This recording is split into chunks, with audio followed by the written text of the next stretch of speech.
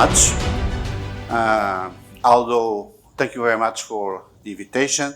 Although I am a former parliamentarian in my own country, Portugal, I'm here as a constitutional lawyer, and what I'm going to say is in that condition, although it's an honor to be in this parliament with former colleagues. As a constitutional lawyer, I will speak generally, and you will decide if what I'm going to say applies to your country or not. So I will speak generally. And my first consideration is that when I look at your constitution, I can confirm that it is maybe the best constitution in the region, but I would add something else. Probably is one good constitution considering the global constitutionalism. So the main principles of constitutionalism are there. So it is a good constitution also from that point of view. It means that it seems for me wise to have the constitution amended, but only on the strictly needed amendments. I understand that for a revision of the constitution, you will need under Article 142, you will need to submit to a referendum.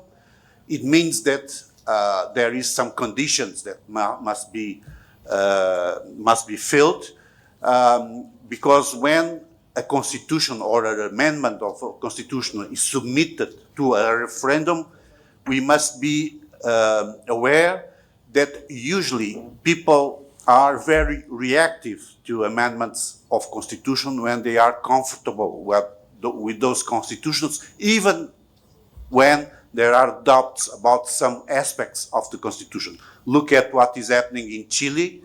They had a constitution that was prepared that was approved by Pinochet, dictatorship. They tried already to amend the constitution twice over the last 3 or 4 years, and they were not able to do it because people prefer to stay with the constitution like it is. They know the constitution like it is. They prefer to stay with what they know than to have a different thing that they don't know. So to change the constitution through the will of the people requires a very wise procedure, requires a transparent procedure, requires a participated procedure, not a closed in a room procedure. Participated procedure requires a consensus building procedure. When the constitution is submitted to the people, the main aspects must be consensualized, because if there are some aspects which are not consensualized in a large spectrum, political spectrum, people will not vote for. Well, there were already mentioned here some aspects. I cannot, in a short time, speak about all of them. I will speak about 3 or 4 of the topics that were mentioned by you. First, the system of government. I know that there is a debate on the possibility of changing into presidentialism. I would say that this debate on parliamentarism or presidentialism was a debate on the Latin America on the 80s and 90s of the 20th century after democratization or re-democratization. This was the debate. Is it better to have parliamentarism or presidentialism or semi-presidentialism? That was the debate. Debate is over. No one is discussing this anymore, because what we can see is that both with parliamentarism or presidentialism, there is the trend of concentrating power in the hands of the executive, being it a prime minister or a president. And what is really important is not what kind of system we have. What is important is to have a good system of checks and balances, a good system of parliamentarian control of what the executive is doing, and of course, a good system of judicial review. I noticed that this is also something that was already mentioning here. Of course, when we look at the current version of the Constitution, we notice that there is some ambivalence on what the federal court can do on this, because I noticed that Articles 93 and 94 deliver to the Supreme Court the power of reviewing the constitutionality of the laws, but when I look to the rest of these two articles, there is not clarity on how they do it. Maybe to creating a constitutional court, like it was already mentioned, it will be a good solution. But what I would stress is that to look at the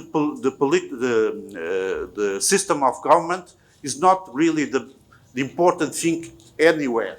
To look at the Constitution should be focused on what kind of checks and balances exist independently of the system of government and how to guarantee the normativity of the Constitution.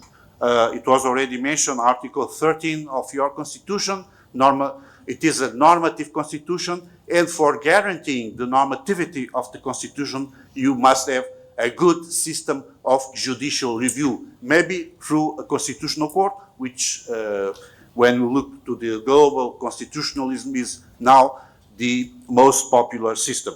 Two or three more things. I'm sorry if I'm extending my intervention, but there were raised many issues, very interesting issues, not only for Iraq, but for the global constitutional studies. Three or four more issues. It was mentioned the number of members of the parliament. I was surprised because it's not very common when we look at the constitutional comparative law. It's not very common to have a parliament without a fixed number of members like it is now in your constitution. I think that that could be and that should be changed for sure, because it is not very common. About the obligatory votation, there are many countries which have the obligatory vote. I know one better than others, Brazil. Brazil is a big country where the vote is obligatory since many years, since the 1930 something, obligatory vote. What Brazilians say about the obligatory vote is that there are mixed feelings about it. First, because there is still a lot of people which do not vote. 20% of people do not vote, although it is obligatory. They prefer to pay the fine, or they give some justification for not voting. So a lot of people do not vote, even if it is obligatory. And there are also studies showing that some people, important percentage of people which vote because they are obliged to do, they are committed to do it, are voting without knowing what they are doing and what are the consequences of their vote. They go there, they put the cross somewhere.